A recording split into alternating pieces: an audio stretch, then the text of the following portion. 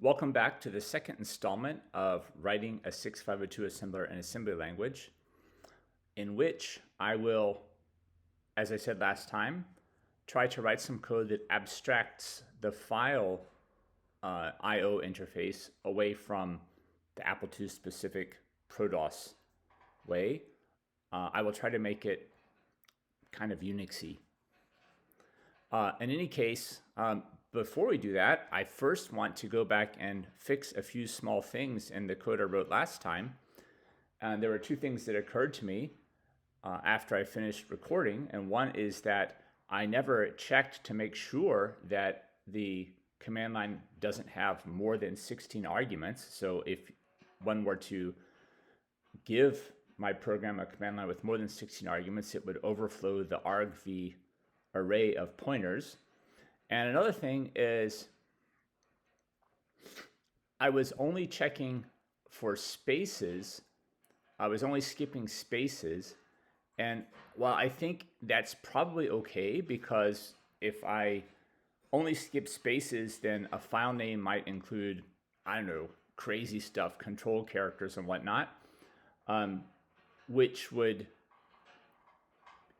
just if you try to open the file, it wouldn't work because that file doesn't exist. But I think it would be better to maybe, instead of just skipping spaces, how about skipping all non-printing ASCII characters? So skip all the control characters. And so I'm going to make those changes right now before I move on with the file I/O stuff. And the file I/O stuff is probably going to be fairly large, so it may not all happen in one episode because I don't want the episode to be 3 hours long, although I guess it could. Anyway, so let's just look at this. The most important thing, like I said, is that I don't want to overflow my argv buffer. Okay, so at this point, when I am ready to increment argc, I need to check and make sure that I'm not overflowing the buffer. This is right here. I'm going to increment argc, and then I'll go back up to the top to get another argument. What I want to do is, wait, actually, where do I put it into argv? Here. This is where I'm going to check that, because I want to, if there are more than 16 arguments, I just want to keep processing, but just don't put them in the argv array. In other words, if there are 30 arguments, it'll go through and all the code will work. It'll go through all the arguments. It just won't store more than 16 in the argv array here. Okay, so that means specifically that x here cannot be greater than or equal to 32. If it's greater than or equal to 32, I've run off the end of the argv array, or I will. So I'm just not going to do that. What I'm going to do is, I guess, right here, I can say compare x to 32. And if it is greater than or equal to 32, I mean, in reality, it will never be greater than, because I'm not going to allow it to be greater than 32, but whatever. I just say if greater than or equal to 32, then just go on down to get CL2. That should work. So x is my index into the argv array, like a byte index into the argv array. And so argv array is 32 bytes long. So if x is 32, it means it's off the end of the array. So I'll just say if it's greater than or equal to 32, if x is greater than or equal to 32, just don't store this pointer here, right? In fact, just jump down here and start scanning the argument to the end. So that should be fine, because this is the place where it just builds the pointer to the argument and stores it in the argv array. So that should have worked just fine for that. That's easy. And then the other thing here, as I said, I'm going to maybe try to skip everything which is not a non-printable character instead of skipping only spaces. Okay, so here what I do is I'm looking for the beginning of a command line argument. So I'm skipping spaces. If it's not a space, it goes down here. If it is a space, it just increments y and goes back up here. So I think what I want to do here is, first off, I want to see if it is a 13. That's the carriage return character. If it is, I'm going to bail out to get CL1. And now I'm going to check also, well, let's see. What I want to do here is now check to see if it's a space, and instead of saying if it's not equal, I'll exit. I'll say if it is, I need to see if it's greater than a space, because space is the first printing character, and I want to skip all the non-printing characters except, yeah, carriage return, right? Carriage return needs to bail out because that means it's the end of the command line. That's why this happens here. But otherwise, if it's greater than space, I will bail out. So what I'll do actually is here, I'll compare it to space plus 1. I don't even know what character that is, comes right after the space. And if it's greater than or equal to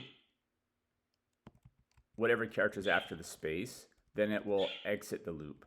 So if it's a space or anything less than a space, it won't exit the loop. It will just increment y and go back up here. There's one other character, which is the delete character, which is ASCII 127. And I should also skip that, I think. So if it is, right, I'm saying if it's greater than or equal to space, it'll exit. So I really want to skip the delete character.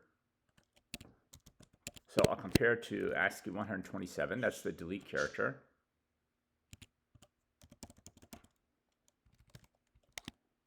And this one is the carriage return. We'll just call it CR. Del. All right. And if it's delete character, I actually want to go down here. So I need another label. I'll just call it isdel.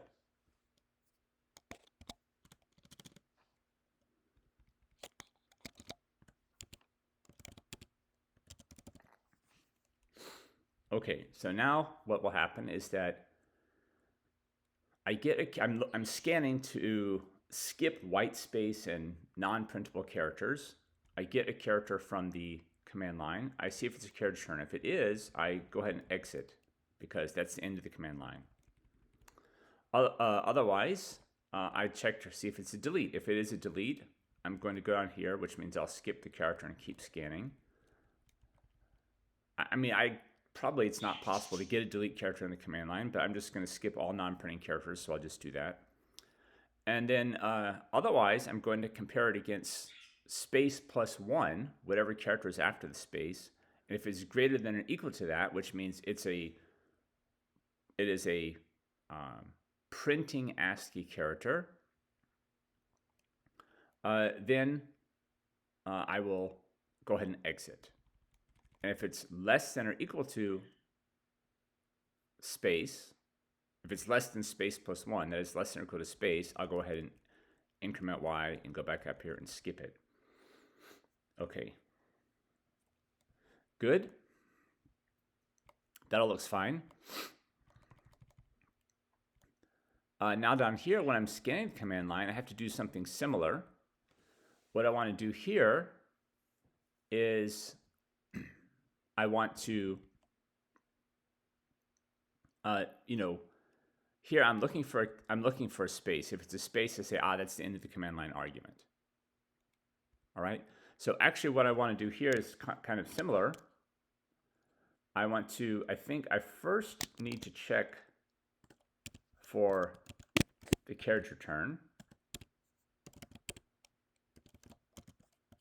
Okay, that means I've hit the end of the command line. I'll get rid of this. And then I'll check for space. And again, I'll check for space plus 1. If it's less than that, which means it's a space or any other control character besides a carriage return, it will go down here to get CL3, because that's the end of the printable characters, the end of the actual command line argument. Again, I also want to skip the delete character just to be safe, although it probably cannot be in there, because if you hit the delete key, it'll actually just, the Orca command line will just delete a character and not insert the delete character into the string. But just for sanity's sake, to skip all non-printing ASCII characters, all control characters. I'll go ahead and compare to 127. Again, this is the carriage return character. This is the delete character. And if it is equal to the delete character, I'm going to bail out. Yeah, these two lines could actually be down here, but it doesn't really matter. It's fine. So if it's a carriage return, it's in the command line. So I go down here, which is the place for the end of the command line. If it's a delete character, I go down here. Or if it's any other control character or space, I go down here, which means it's the end of the command line argument. Right? So if it's a printing character, I will go ahead and increment Y and then go back up here and continue getting it. So that looks very nice. Let me quit, save, exit. Hopefully this will work. Yes. Okay, I can't really test this so well without more, code to maybe create a command line that has some sort of crazy characters in it and test and make sure it's not there. But we'll just see. I'll type test and now a control G, and who knows? I just type some different things. Now probably the Orca command line just ignores these things and doesn't put them in there anyway, but whatever. That's why I said to really test it, I'd probably have to create my own little command line where I know that all those bad characters are in there, and then I have to run it through the code and then check to make sure all those bad characters have been stripped as they should be. But we'll see.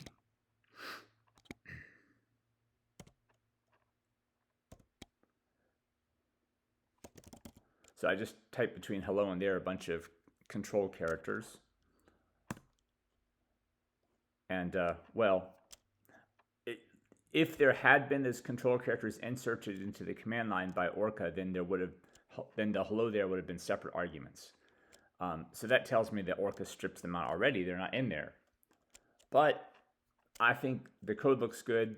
I'll just leave it as it is, kind of a just-in-case type situation to make sure there's no junk in the command line. Now let's test if I have lots of arguments, right? So T0, T1, T2, T3, T4, T5, T6, T7, T8, T9, T10, T11, T12, T13, T14, T15, T16, T17, T18, T19, T20. That looks good. Enter. Okay, yeah. So we got 15 there, and then we have a little problem here. Look at this stuff down here. That doesn't look good. So let's figure out what's going on there. I would like to just see the number 16 actually up here as the argc, and I would like to see T0 through T15 and then nothing else. And then nothing else. So let's see if I can figure out what's going on there.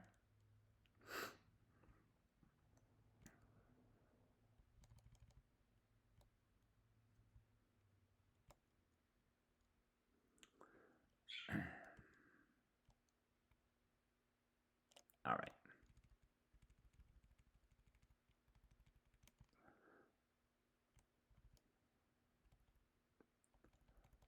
Okay, here it is. I compare x to 32. If it's not 32, if it's greater than or equal to 32, then I don't insert this one into the argv array there.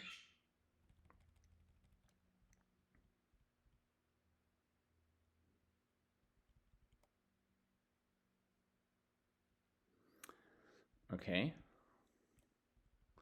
But I increment argc down here. Now that might be a small problem.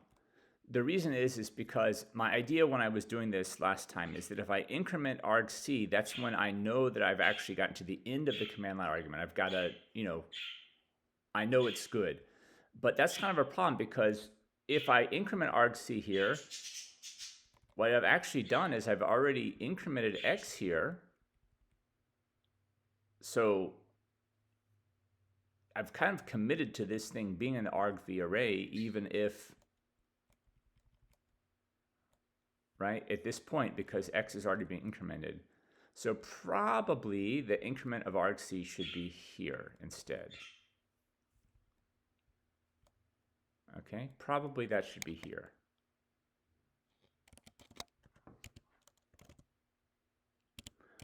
At this point, I'm committing to it. I'm putting the pointer in the argv array. So I'm really committing to this. So I'll just go ahead and increment argc here. And that way, if I come here, I won't increment argc. All right. And that means here,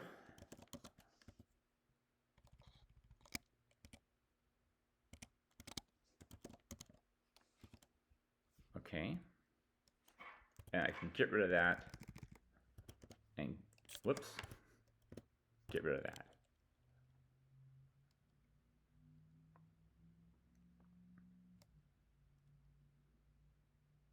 Okay.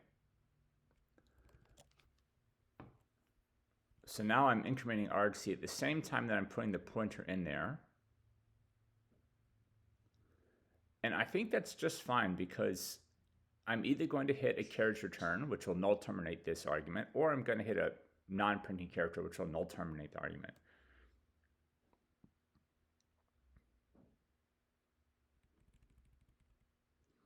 Let's see. So if I'm putting in the 0th one, it'll increment to 1. It'll put everything into 0. Then I think that's good. Let me save that. Okay, and then try again. T1, T2, T3, T4, T5, T6, T7, T8, T9, T10. Well, how about TA, TB, TC, TD, TE, TF, TG, TH, TI, TJ, TK, TL, TM, TN. Okay, and okay, it's given me hexadecimal 10, that's 16, and it's got them all there, yeah? That's good, that's exactly what I want. Now I have 16 arguments, T1 through TG. Good. So that looks like that is improved. That's what I want. Okay. So now it's time to go on and start talking about this file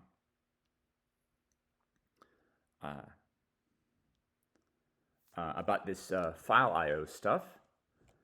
And one thing I want to do, actually, is just about the assembler I'm using here, is that we have to, what I want to do is I want to have multiple files, right? There are going to be multiple source files. Here, let me pull back up this one here. And you can see down here at the bottom that I'm here, right below the cursor here. I'm at 12% used. So, let me look. How many lines are there here?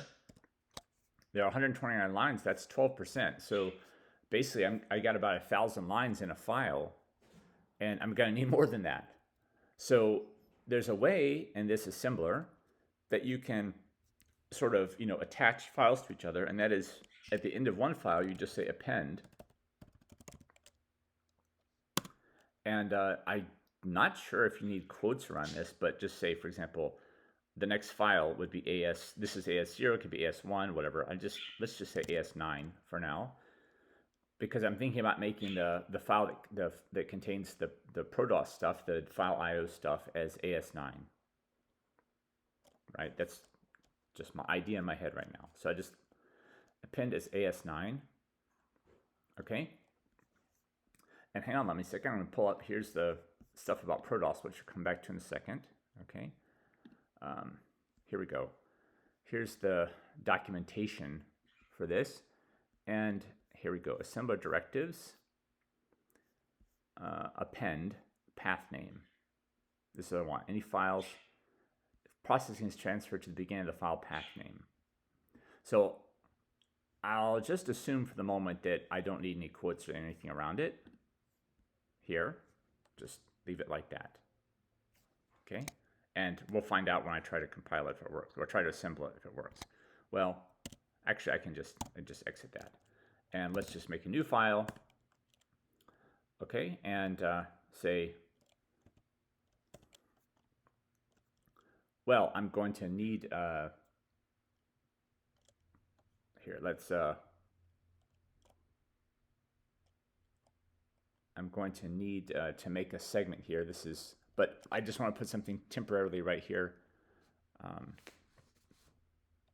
to here as whatever, test. Okay.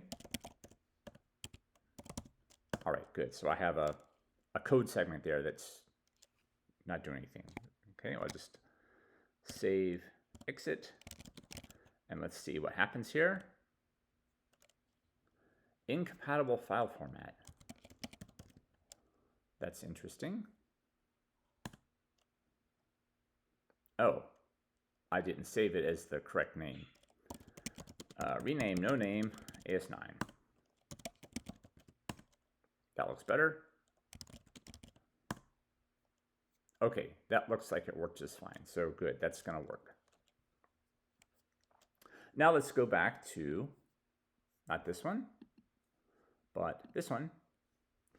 All right, this is the ProDOS technical reference for the ProDOS disk operating system for the Apple II. And its file IO interface is kind of Unixy. It works similar to, has a similar concepts as to Unix for Unix file IO, or even DOS, MS-DOS file IO. And what you do to make a call to the MLI, which is the machine language interface, it's just the system call function here. You're going to JSR to MLI, which is address BF00 hexadecimal. You have a command number after that in line, so which system call you're calling. And then you have a pointer to a command block. It's like a section of memory that has the parameters for the given command. And then after that, you check for error. You'll see down here, if there's an error, the carry bit is set, and the accumulator, sorry, you can't see here. If there's an error, the carry bit is set, and the accumulator has an error code in it. If there's no error, then the carry bit is clear, and the accumulator is 0. So you can check for error by just here making sure that the accumulator is 0 or not 0, or you can check the carry bit itself. So that's what this is. Now, what I would prefer, and this is just personal preference, but I don't really like this whole putting a pointer to a command block here, because that means I have to, build this command block somewhere else in memory, and I have to, I have to then put it here. So every time I want to make a call to open a file or close a file, I have to do that. What I want to do is make it so that I can do things in a different way. And let me just pull up my thing here, and I'll just edit this file just to give an example of the kind of thing I really want to do. I want to be able to do, instead of like JSR, MLI, and then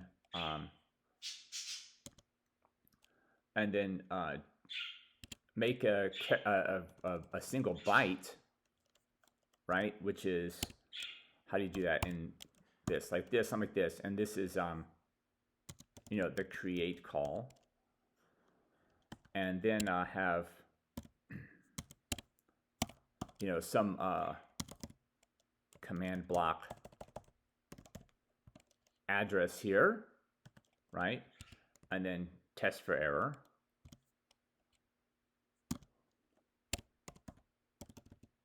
Whatever, and then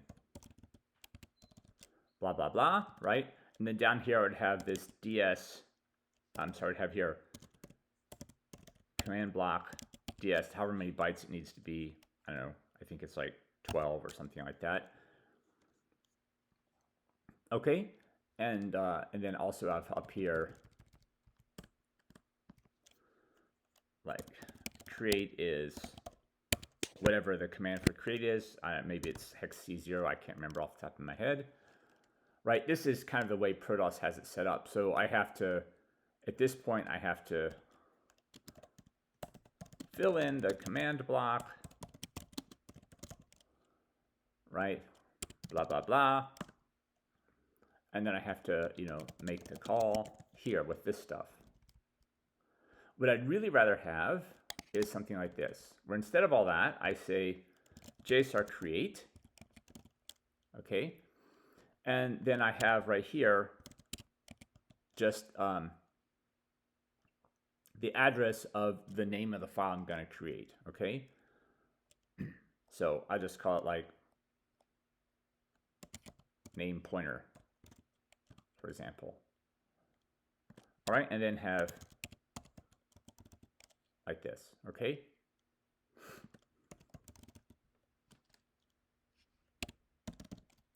All right, and then of course somewhere else I can have here, I could just have a buffer that I then fill, like I don't know, a 64-byte buffer that I fill with the file name if I want to. Or I could just have it, if I'm going to always use the same file name, which actually I will in this assembler, then I can just have, I will sometimes always use the same file name. I can just, you know, make my file name like this, null terminated, okay?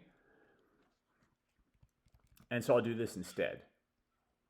So basically I want to take something like this here, create a file, and give it a pointer to the name, and turn it into this here.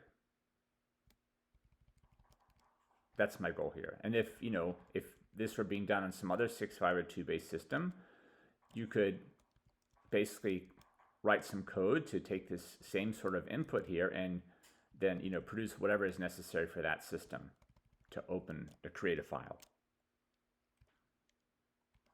Okay, so let me go ahead and just get rid of all that. And go back to here. So I'm going to scroll through the documentation here and look at what these command lists, these parameter blocks have to have. If I just zoom through here, here's the various calls we can make. Create a file, destroy a file, don't need rename, don't need get file info, set on file info, don't need online, don't need get or set prefix. We're going to need open, don't need that. We need read, write, close. I don't need flush. I might need set mark. This is the equivalent of seek. Get mark I don't think I'll need. Set EOF could be used to truncate a file, but I don't think I'll need that. And then that's something that we don't need to worry about. Okay, so for example, here in the create call, we have this parameter block that has 12 bytes in it. And you have to say there's 7 parameters. We need to give it the path name of the file to create, the access to the file permissions, what type of file it has to be, an auxiliary type, a storage type, create date, create time. I really don't care about most of this stuff. So this is kind of the important thing here. Okay, I had a brief interruption there. So anyway, I care really about this path name. That's the most important thing, right? To create a file, I need to know what the name of the file should be. And this path name, I want to have that be in line, or at least a pointer to it, in line with my create call like I just showed in the editor. And then here we have destroy, same thing, we need the path name, and I want that to be in line. Okay, don't care about that, don't care about that, don't care about that, don't care about that. Okay, open. For open, again, I have this path name that I want to be in line. Or at least the pointer to the path name should be in line. Okay, read doesn't have a path name, but it has a pointer to the buffer into which you're going to read, and I want that to be in line as well with the call. So we would have something like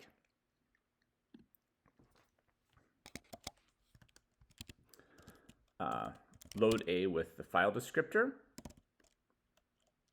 that is the reference number for the open file, okay, and load X and Y with the count, right, of how many you want to read.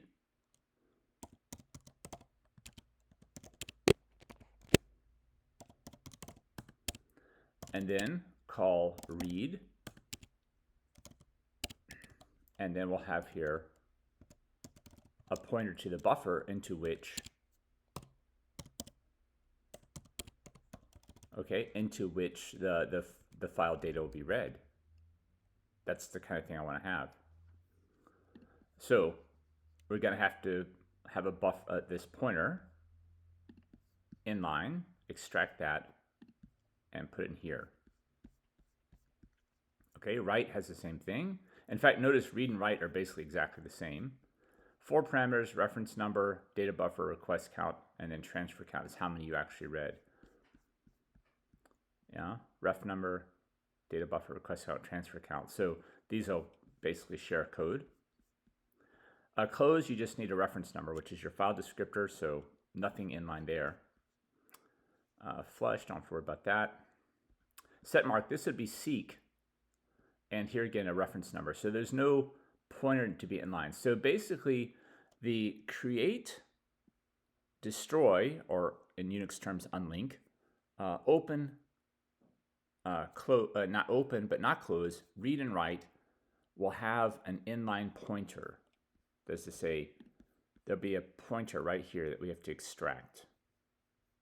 Okay, so the first thing I want to do is I want to write some code to extract that pointer.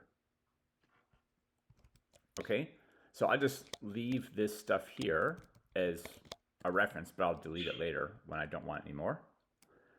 And I'm going to make an entry point called iPointer, and this just is my abbreviation for inline pointer. All right. So when you call, we're going to assume that you write JSR to, well, JSR to read, like right here, right? And that will have then read will then, like, I don't know, jump to iPointer, for example. It'll go here. So at this point, the return address from this JSR here is on the stack. Okay, and we're going to remove that return address from the stack. All right, so return it like, okay, we'll pull it off, and this is just my thing. I like to use X and Y to hold words, 16-bit values. And I like to put the low byte in X and the high byte in Y. That's sort of my own personal convention. Okay, now in the 6502, the return address is not actually the address of the next instruction after the read. So it would not be the address here, it's that -1. So it pushes this address here -1 to the stack, and then when you do an RTS and return from subroutine, it goes ahead and adds that one back in there to make sure you get to the right place. So that means what I really want is the address of this thing right here. So I'm going to have to add 1 to this return address I just pulled off the stack. Okay, I can do that pretty easily just by, since x is the low byte, I'll increment x. All right, if it's not a 0, if I didn't just wrap around x, I'm all done. Okay.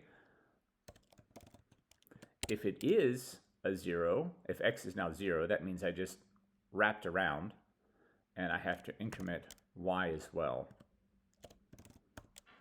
Okay.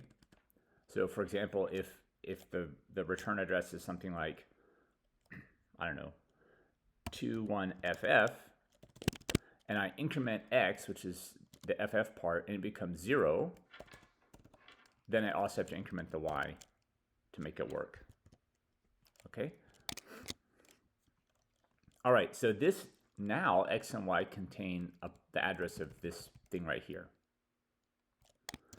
And I will store them in my code. Like I said, I like to use self-modifying code.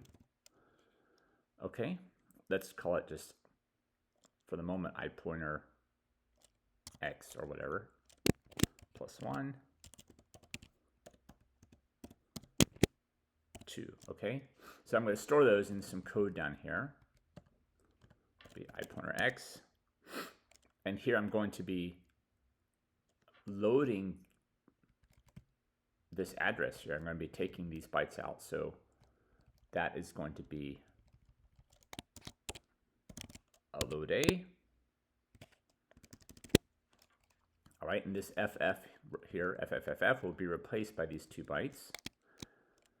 Okay, so now we have the issue that I have a pointer to this, but I need to put the return address back on the stack, but it needs to be this, needs to return here.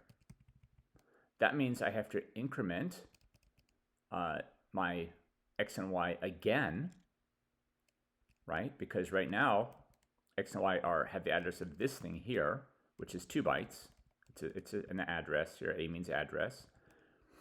And so I increment one more time, and then it will be still not pointing here, but when the return from subroutine happens and it's incremented in the return from the subroutine, it will be then the correct address of this instruction. So I have to increment x and y again, and just the exact same thing I did above.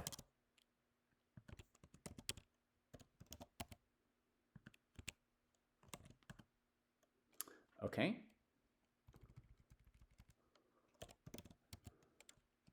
So this whole incrementing is based on the fact that the 6502, when it pushes the return address, pushes 1 less than the correct return address, and then with the return from subroutine, it then adds that 1 in there before it, returns some subroutine. Okay, at this point, I can go ahead and push the return address back on the stack. So push the high byte first, and push the low byte next. Okay. And it looks like this is going to be where I want to be here. All right, so this is going to be, I'll just call it I pointer 2 now that I know for sure what it is.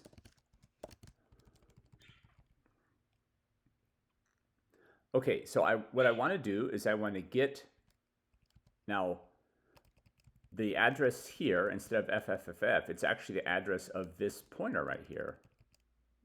This is a pointer here, an address. This is the address of buffer, is here, and I have this is the address of buffer. So it's the address of this thing right here. So I need to read those 2 bytes out and put them in the command block. Okay. So I think actually I'll do that. I will put this here, change that. So I'm going to read out the high byte first, and I'll store that into my command block. If we look here, let's go back up to the create.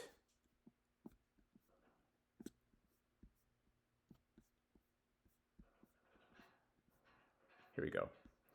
it's going to be byte 1 of the parameter block, right? Byte 0 is the count of how many things there. Byte 1 is the bytes 1 and 2 is where I want to put this stuff. Okay, so I will say here, store this in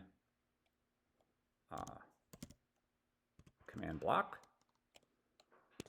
Command block is going to be the whole thing. In fact, I can go ahead and put it down here if I want to. Command block. By the way, this was the biggest command block, and it's 12 bytes, so I can just use the same command block for everything. Just make it 12 bytes. Okay, and it's going to be command block plus 1, right? Okay, command block plus 1, comma X. So it's going to get the high byte first of this address here. And it's to store it in command block plus 1 plus X, which is at the beginning 2. It's going to store it here in the high byte. Okay. Then we can decrement X. And if it is not negative, we'll go back up to I pointer 2. Okay, so what it is doing here, it is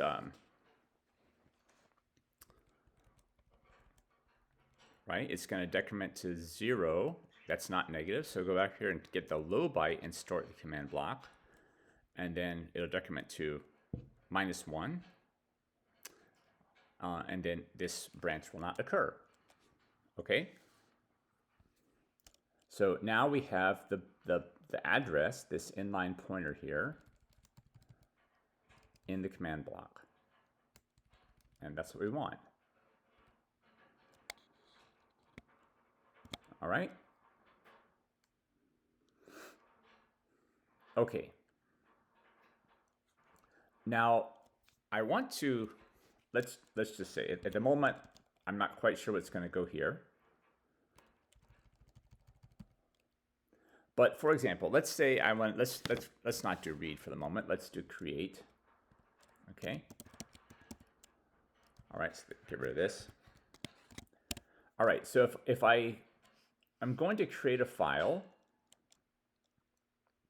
then as I said, I want to have here, what I'll do is I'm just going to change this around a little bit. Okay, I'm going to jump to create. All right, and here I'm going to have a pointer to the file name. Call it pname. And then I'm going to check for an error. And that's all. That's all done, okay? So this is the file name to create. It will just be created in the current directory, whatever that is. Okay, so when I go here to create, what I want to do is I want to, first off, I want to fill in this, basically I'm just going to fill in this parameter block, okay? And I can fill in most of this stuff, I think, right here just fine. So the param count is 7. So for example, I can say, okay, store that in, what did I call it? Sorry, command block. Okay, plus 0, right? It's there. I'm going to get this from the I pointer thing, but I want to fill in these other things. All right. The access is, I don't want to take too much time on it, but you can see basically, can you destroy the file? Can you rename the file? Backup needed, don't care about that. Can you write the file? Can you read the file? So I want to make sure these are set. These two and these two. As it says, that means we're going to put a C3 there. Usually access should be set to C3. That means you can do all the stuff you want to do. Okay, so load that. And that is in byte 3, I believe. It is 3. Okay, and then the file type, I'm just going to make it a binary file because that's all I care about. General binary file, here it is, 6.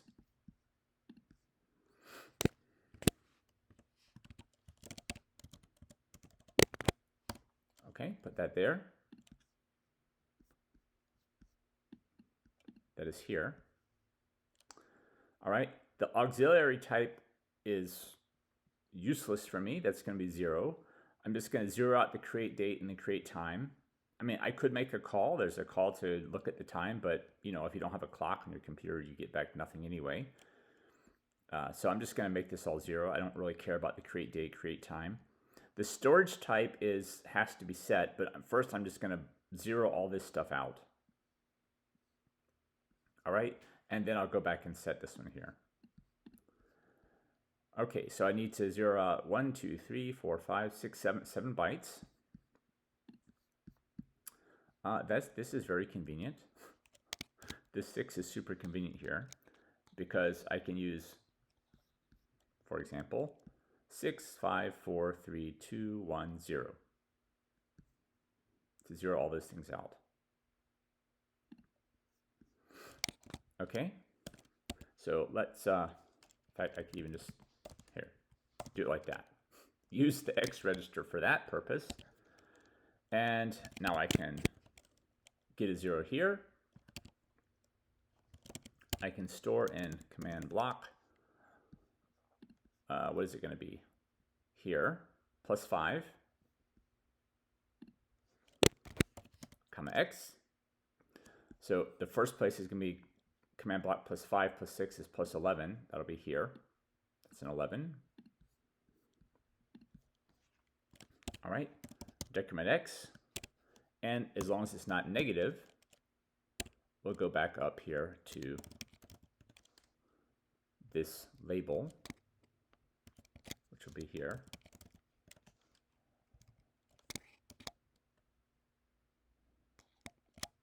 Okay, so I'm using X to do this right here just so I can get that 6 in X. And I'll store then a 0 here in command block plus 5 plus 6, which is 11, decrement X, and as long as X is not negative, I'll go back up here. So the last one will be when X is 0, which will be command block plus 5, which is what I want right here. Okay, and now I need to go back and set this thing here, the storage type, and that, if we see, it's hexadecimal D for a directory, and 1 is just a normal file, right? So apparently there was the idea that you might have maybe in the future different types of files, but right now it's just directory or regular file. So I'm going to just take my little one here. Yeah, 6502 doesn't allow you to increment the accumulator, so I have to do a load 1 here, or at least it's just as good as anything else I can do.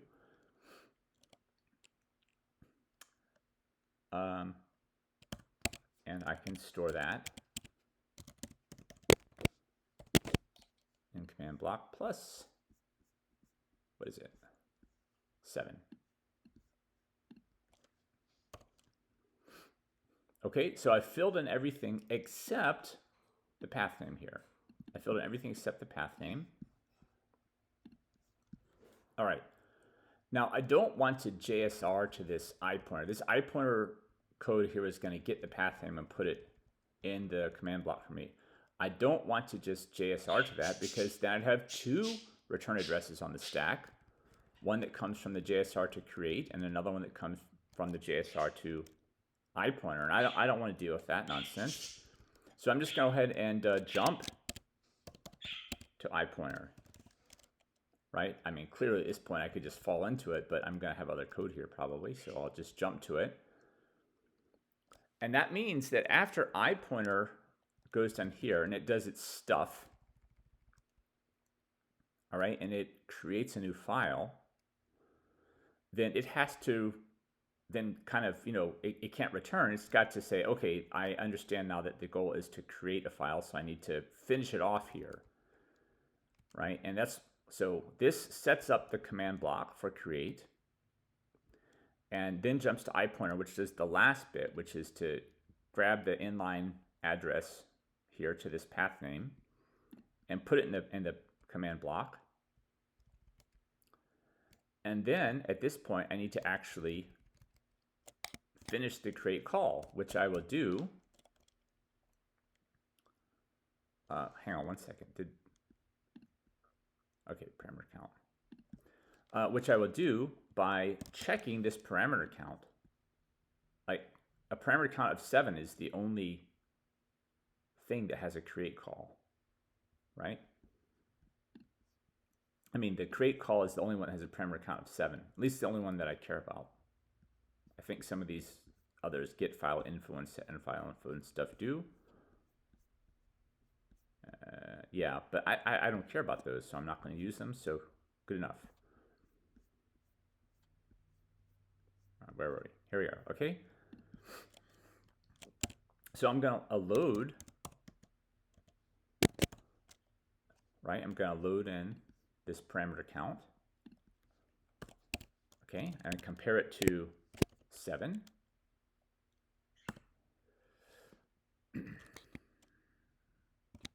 Okay, maybe I'll put a little comment here. Okay.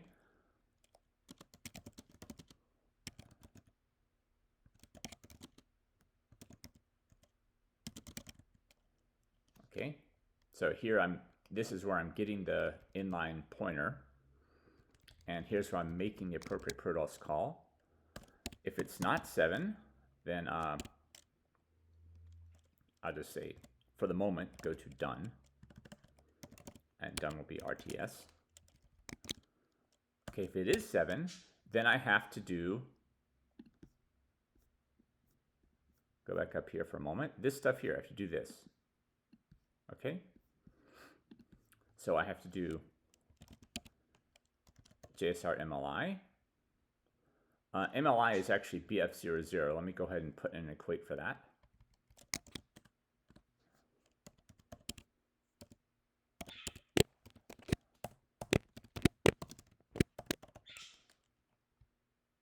All right.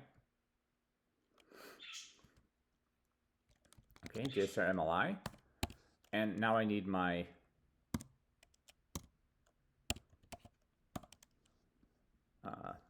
command num. All right. I need the command num and I'll need the command list. Here, what I'll do is it's C0 for create. I just remember that. And whoops. Okay, and I need that. All right.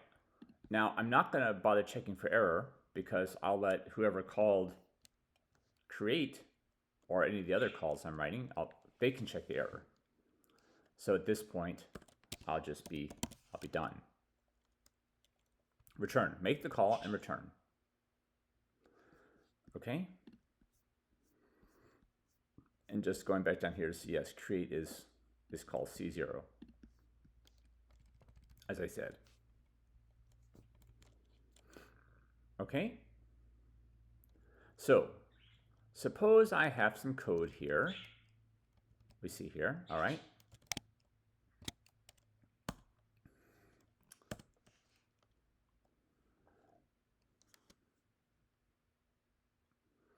Okay, suppose I have some code here. And to call create, there's got to be a p name. So p name is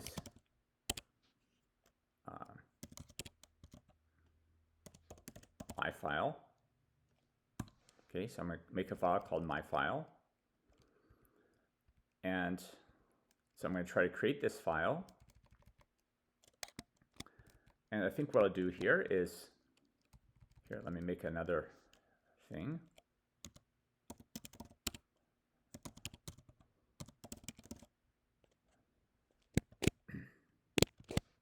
Oh, that's right. I have to null terminate these things.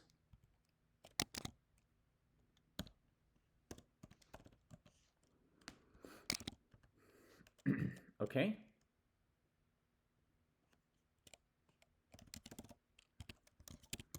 Let's make some strings.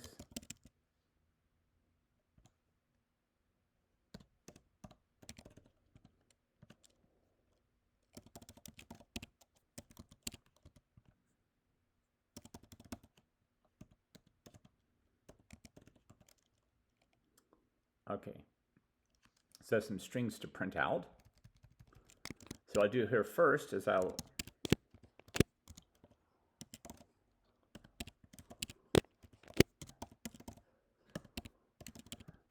just use that puts routine that I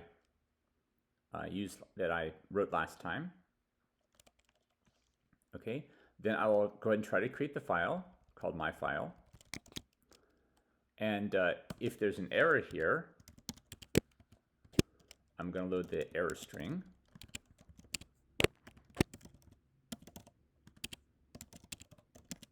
And put that out and return. If there is no error, I will print out the OK string, which is success.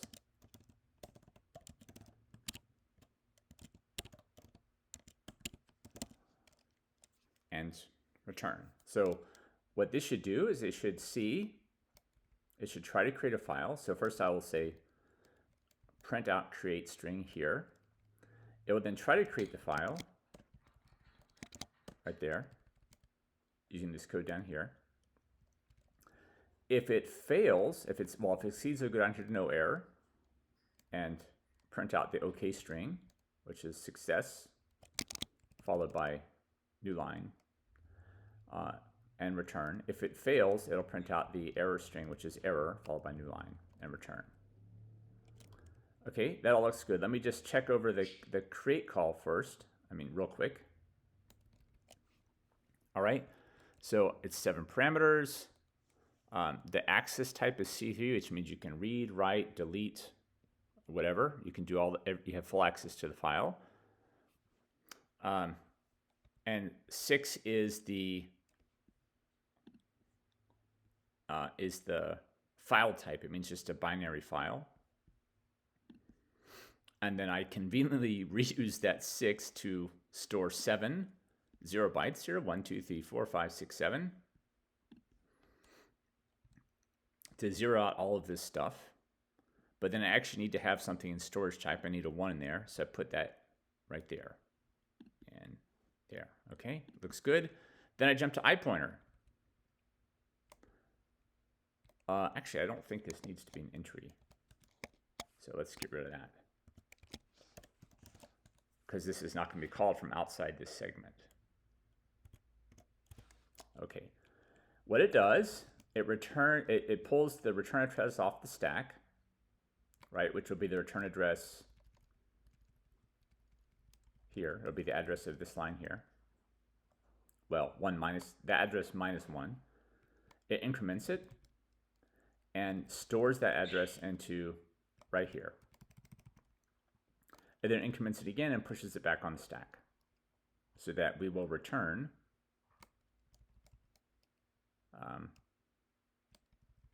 here.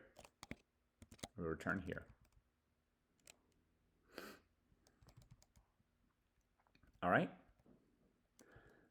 Now, what it does is it grabs these 2 bytes, right, at the address up there, and stores them in the command block. First the high byte, that's why this is a 1, then the low byte, right? And then after it's done, the command block should be completely filled. And what it does is it loads the first byte of the command block, this one here, and it says, if it's a 7, that means it's a create call. If it's not 7, we'll just, forget it. Don't do anything. If it's a 7, we'll jump to the Protos machine language interface that's making a Protos system call. C0 is create.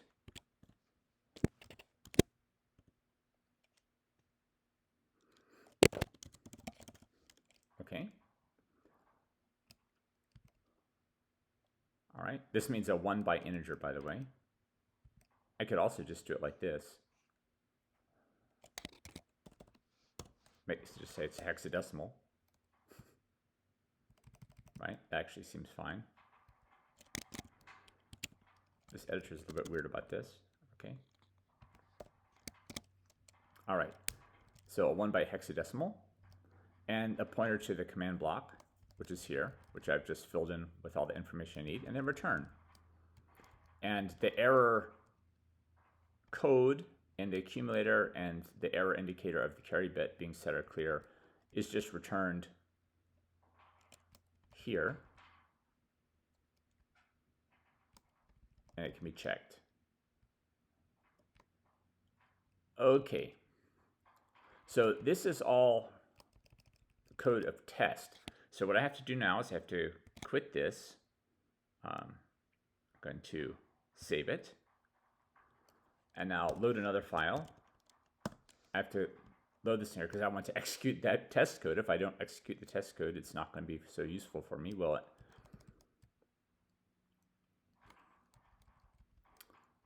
Okay, so there we go.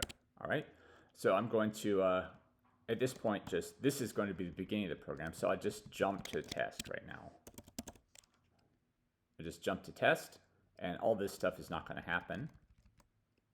That's fine, because that's just testing the command line stuff. Well, I mean, it's not testing, it's getting the command line stuff. All right, and you know, maybe this should be here. Get CL, get command line. That'll be, this is now all a subroutine called get command line. So for now, I'll just jump to test.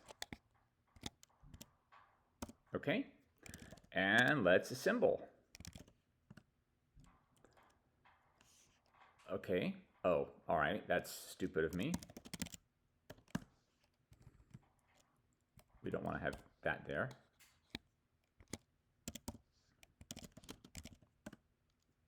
Okay, no errors in the assembly. All right, we have our AS0 source file, our AS9 source file, and wsas.root and wsas.a are both object files. I don't know, this assembler produces more than one object file. It's not the case that wsas.root is the object file for AS0 source file and wsas.a is the object file for AS9 source file. It's more like wsas.root is the object file that has the first code segment that's encountered, and wsas.a has all the other code segments, something like that.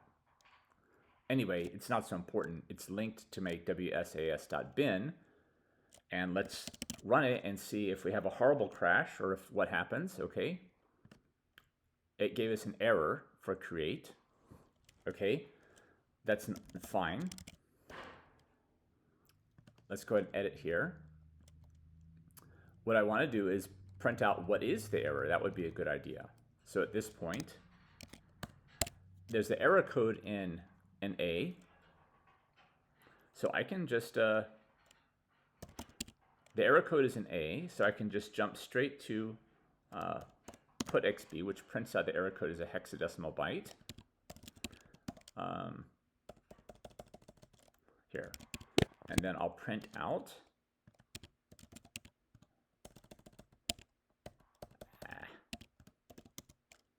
a space and then the error message.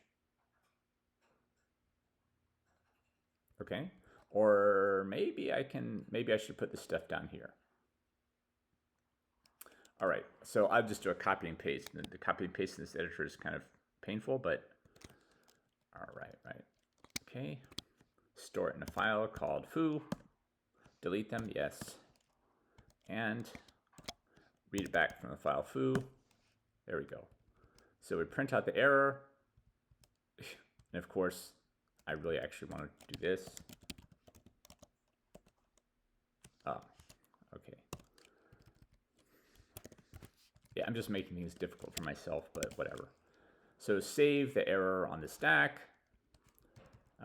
Print out the error message, print out the space, then get the error back off the stack and print it out. Okay, and then print out a new line, and then because of that, I don't want to have this new line here, so just take that out. All right, save, exit. And what is my error message? 40. Error 40. And down here it will tell us possible errors. Here we go. 40, invalid path name syntax. Okay. Ah, yes, I remember what the problem is. See, there you go. Live coding and forget junk. The problem is that ProDOS doesn't use null terminated strings. It uses Pascal style strings where we have a length byte followed by the characters. So 1, 2, 3, 4, 5, 6. I could also say, I don't know. Okay.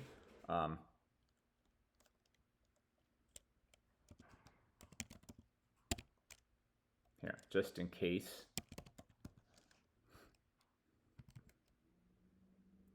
This should work.